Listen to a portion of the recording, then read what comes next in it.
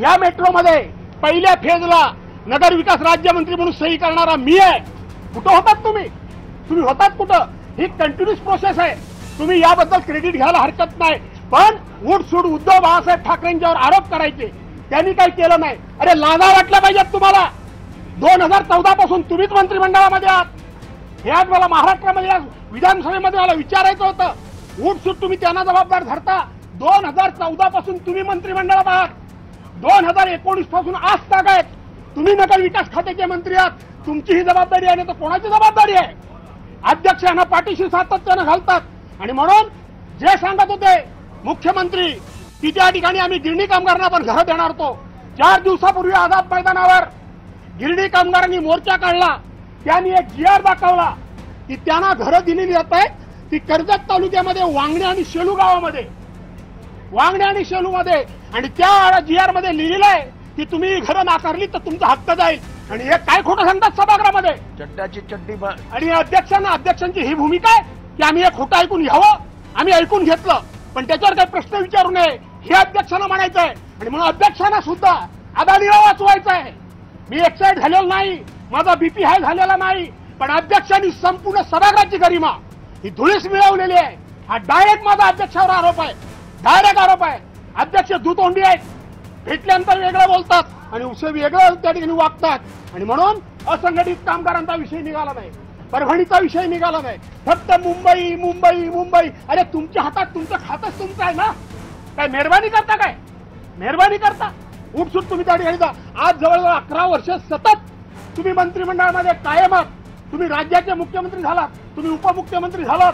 2 वर्षाच्या कालावधीमध्ये उद्धव बाळासाहेब ठाकरे फक्त मुख्यमंत्री झाले, त्यावेळेला कोरोनाचं संकट होतं। त्या संकटामध्ये तुम्ही पण होतात ना, मग त्यांनी काम केलं नाही, मग तुम्ही काय करत होता? प्रत्येक वेळी हे मंत्री प्रश्न विचारतात। आणि म्हणून मी या ठिकाणी सांगतो, BDDच्या BPTची जी तळ आहे, BDDच्या ते BPT मध्ये त्यांना विकास करण्याकरता म्हणून काही प्रश्न आम्हाला विचारायचे होते। रेल्वेच्या बाजूला ज्या झोपड्या आहेत त्यांना केंद्र सरकार जागा देत नाहीत, ते मला काही प्रश्न विचारायचे होते। असंघटित कामगार योजनेमध्ये करोडो रुपयाचा भ्रष्टाचार झालाय, या संदर्भामध्ये सरकारला मला प्रश्न विचारायचे होते। BM सोवॅट हा प्रकल्प काय तुमच्या कारकिर्दीमध्ये आला काय? मोनोरेल हा अटल सेतू तुमच्या कारकिर्दीमध्ये आलेला नाही, वरळी शिंगलोक तुमच्या काळामध्ये आलेला नाही। दुसरी गोष्ट नवी मुंबई एअरपोर्ट, काय तुमचं कर्तृत्व? काय तुमचं कर्तृत्व? काय नगर विकास राज्यमंत्री असताना, नगर विकास राज्यमंत्री असताना त्या ठिकाणी तानाजी सत्रे म्हणून मराठी MD त्या ठिकाणी होते आणि मी राज्यमंत्री होतो। तिथं लोकांचा विरोध, दोन्ही मराठी माणसं आपली आलेत या भावनेतून जाऊन लोकांना समजावण्याचं आम्ही काम केलं। तुम्ही काय केलं? तुम्ही नुसत्या बॅगा घेऊन सुरत, गुवाहाटी या भागामध्ये गेलात आणि त्यांना समर्थन अध्यक्ष करतात।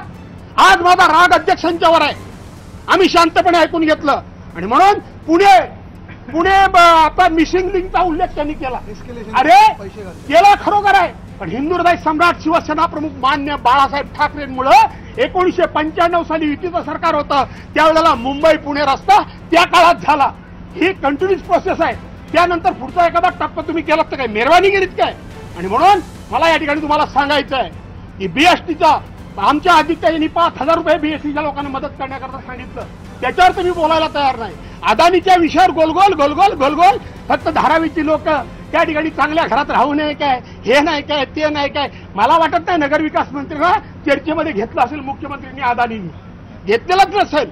आणि म्हणून काही प्रश्न, हे काही माहिती सातत्यानं महाराष्ट्राच्या समोर खोटी येत होती, ती कुठेतरी सत्य काय ही सांगण्याची संधी आमची आज अध्यक्षांनी हिरावून घेतली। आणि म्हणून अध्यक्ष, आम्ही जेव्हा अध्यक्ष महोदय करतो त्यावेळेला आम्हाला उत्तर अध्यक्षांकडून अपेक्षित नसतं, आम्हाला सरकारकडून उत्तर अपेक्षित असतं, कारण आम्ही सरकारकडून उत्तर मागत असतो। अध्यक्ष महोदयांना ऍड्रेस करण्याची प्रथा आहे, म्हणून आम्ही त्यांना प्रथा करत असतो। आणि म्हणून अध्यक्षांनी सरकारला आता बरखास्त करावं, स्वतःच बसावं आणि प्रश्नाला उत्तर द्यावी। दुसऱ्याला तत्वज्ञान सांगणारे अध्यक्ष ऐकून घ्या ऐकून घ्या ऐकून घ्या। आम्ही शांतपणे न इच्छा असताना सुद्धा, एवढं तर माझ्याकडे संयम नाही, पण मी मुद्दामून ऐकून घेतलं।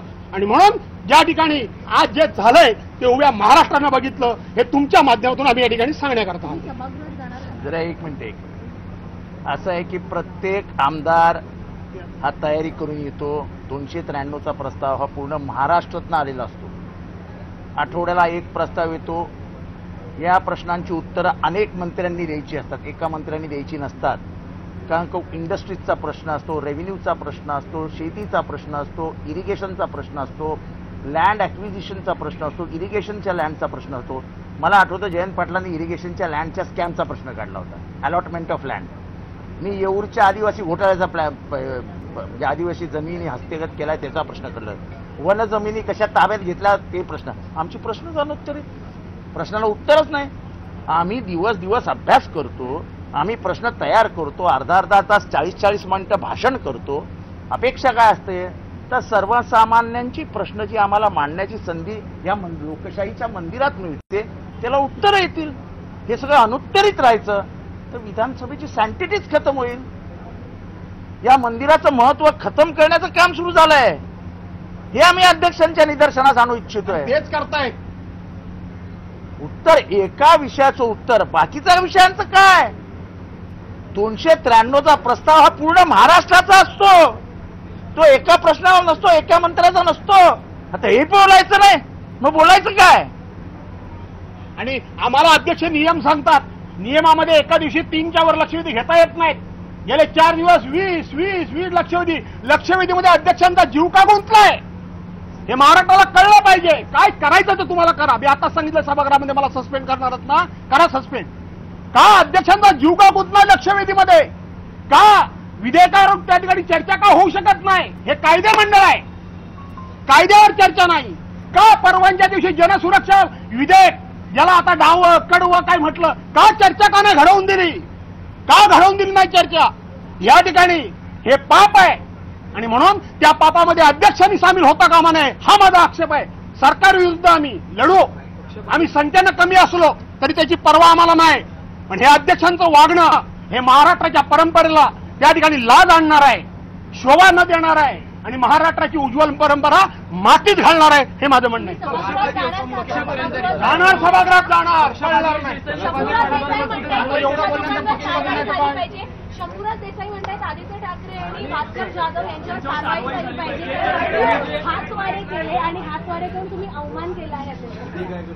हातवारे म्हणजे मी सरळ पण तुम्हाला सांगतो, तुम्हाला सगळ्यांना माहिती आहे परवाकडे जे काही चड्डी बनियन गँगचे व्हिडिओ आले त्याच्यात एक ते काय बोंब बट स्वाहा टाचणी किंग हे केलंच मी. टाचणी किंग आहेत ते करायची कारवाई करा, माझ्यावर कारवाई.